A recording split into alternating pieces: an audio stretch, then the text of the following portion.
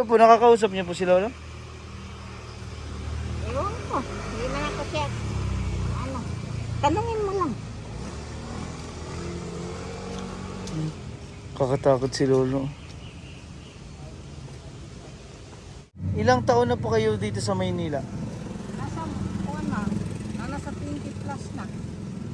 Sa Mindanao po kayo galing? Sa Pagadian. Pagadian City?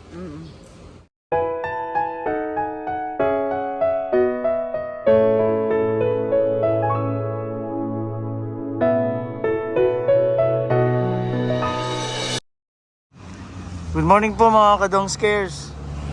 Meron kami nadaanan dun sa may isang kalye.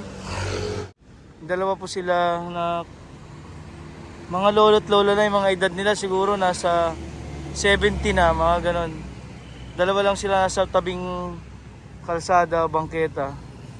Kaya pupuntahan natin, bibigyan natin ng pagkain para po sa kanila. Hindi natin alam ano yung mga kailangan nila, pero sure na sure po tayo na kailangan nila ng pagkain ngayon. Kasi nakita ko si Lolo, mukhang namamayat na talaga. Napuntahan natin sila. Kaya po nakikita niyo yung dalawang matanda. Andun sa may prutas. Mapagpalang araw po sa ating lahat ngayon. May tutulungan na naman tayo. Mapasaya at mabigyan ng pag-asa. Kaya tara, Sir Christian.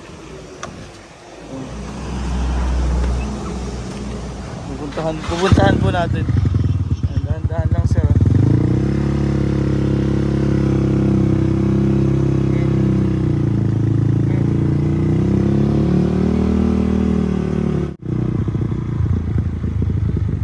Ayan na sina Lolo.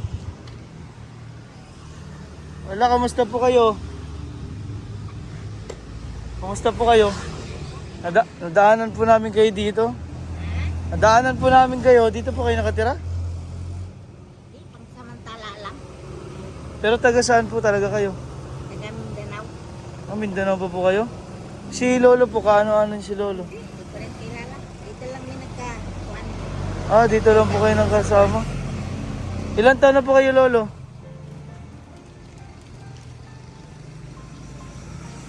Makatakot si Lolo. Kayo, Lola, ilang taon na po kayo? Magkuan na, 62. 62.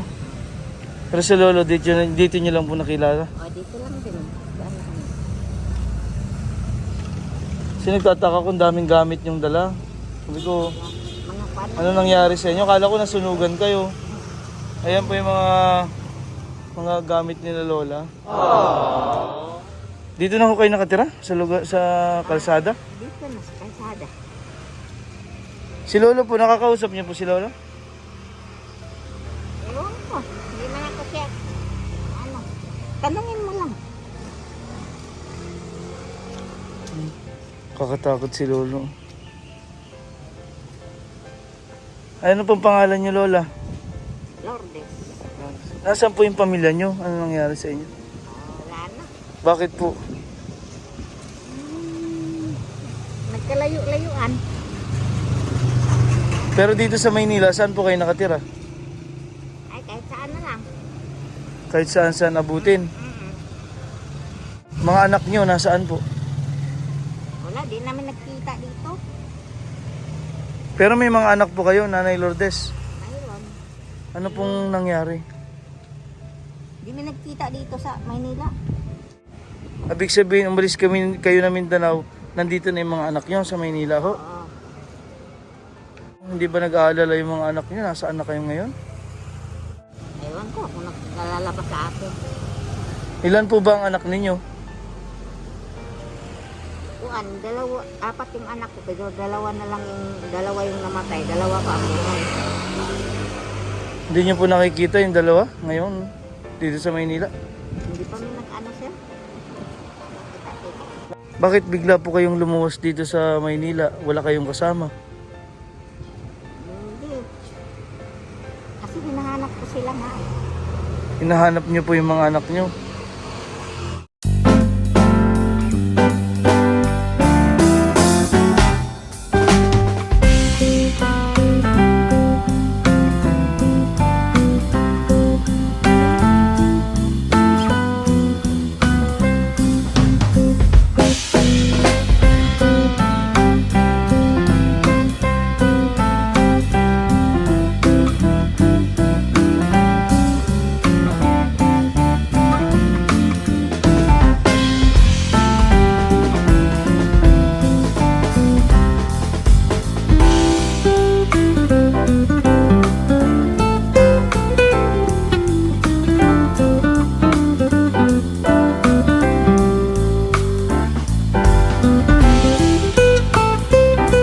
Saan sa Mindanao po kayo galing? Sa Pagadian. Pagadian City? Mm. Hindi niyo po ba inisip na umuwi na lang sa Pagadian? Dito na lang kasi hanapin ko yung mga anak ko. Mga anak niyo po, maganda nakakita namin kayo, baka mapanood nila yung video ko. Ano pong pangalan ng mga anak ninyo? Rubilin. Robilin po. Tapos yung isa, Robincito. Robincito, lalaki at babae. Ano pong gusto niyo sabihin sa anak ninyo na baka hinahanap din kayo ngayon? Kung nasaan na kayo? Nanay Lourdes, ano pong gusto niyo sabihin sa anak niyo? Sana magkita kami.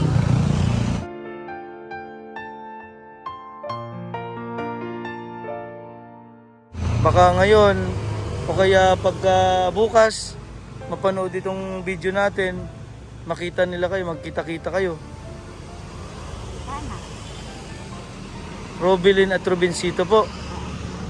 Mga ilang taon na po yung mga anak ninyo?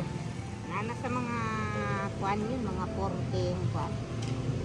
Yung mga ganito pong lugar nyo, dito lang kayo nag-i-stay, hindi pa kayo pinagkakamalan na aswang o may ganun po bang nangyayari sa inyo?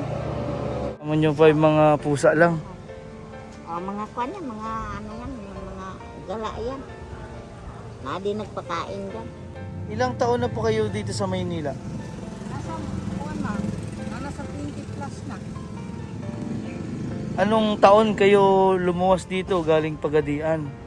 1996, January 25. Hanggang ngayon hindi nyo pa nakikita yung anak ninyo?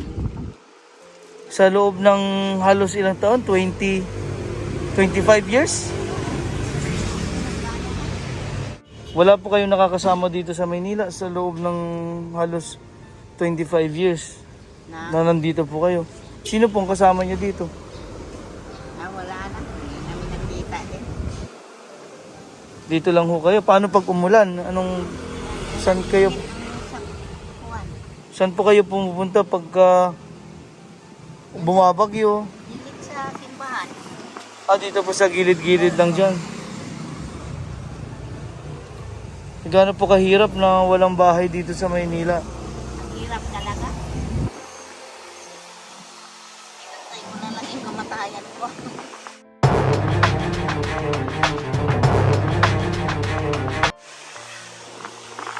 Bakit po naisip niyo na gano'n? Iniintay niyo lang yung Kaya wala. pagpunta niyo sa kapiling ng Panginoon. Hindi niyo po ba naisip na umuwi na lang sa Pagadian? Ganun din. Mahirap din. Pag umuwi doon.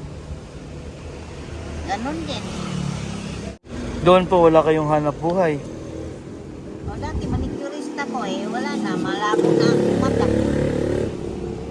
Malabo na. Ang pinakamahirap kasi sa sitwasyon ninyo, nanay, pag yung may bagyo, baha, talagang hanap po kayo dito kung saan pwedeng Mataguan. mataguan. Wala. Pag malakas ang ulan, kaligo din May mga gamit niyo po, nanay, niya, saan galing? mga bigay na lang din yan. Ito po yung mga gamit ni nanay dito. Dito sa lugar na ito, ilang years na kayo dito? Ito. Oo, dito sa Cordillera Street.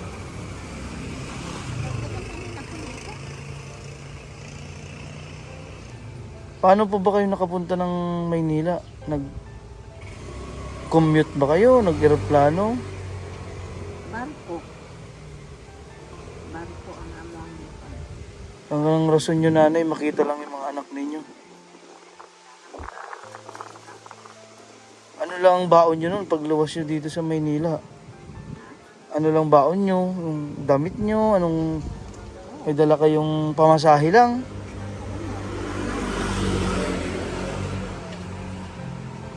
Kasi napakahirap manirahan sa lansangan ng ganong taon.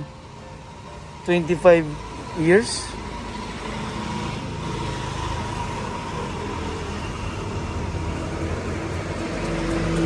Hirap na Wala. Tiis-tiisan lang talaga. Sige, nanay, bibilhan namin kayo ng grocery. Dito muna kayo. Ha? Para may pagkain po kayo. Ano lang pong dala nyo? Tubig. Ano po mga wala kayo dyan? Mayroon kayong bigas? Ulam na dilata? Ano po mga kailangan nyo dito, Nanay Lourdes? Grocery po, bigas, dilata. Bibilan natin ng groceries na Nanay Lourdes. Para po may pangkain sila doon.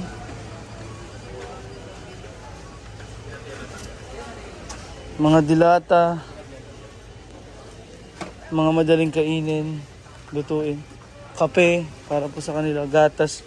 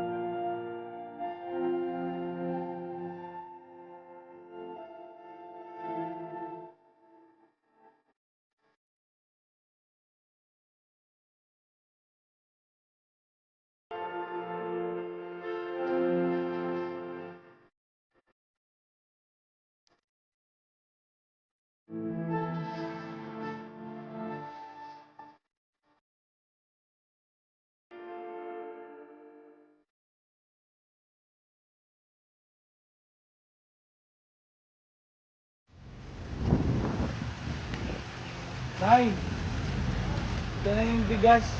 Yung grocery mo. Salamat ha. Para po sa inyo yan. Oo. May mga kasama po ba kayo dyan?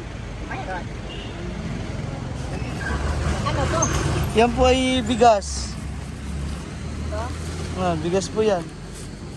Tapos yan ay mga grocery, kape, ulam, magi, tsaka po mga dilata. Ano kayo? Sunday kayo?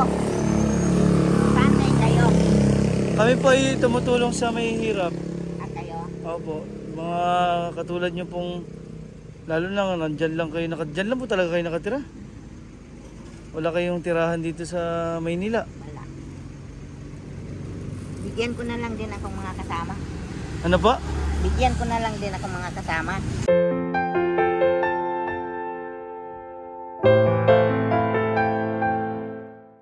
I-share nyo po yung blessings. Kasi marami po yan. Yung napakabait ni Nanay Lourdes. Binigyan namin siya ng pangkain para sa kanya. I-share niya daw sa iba. Pagpatuloy niyo yan, Nay. Maraming salamat po. And God bless. Maraming salamat po. Ingat po kayo lagi dyan, ha? I-share pa daw ni Nanay yun, yung mga natanggap niya sa amin. Sige po. Maraming salamat.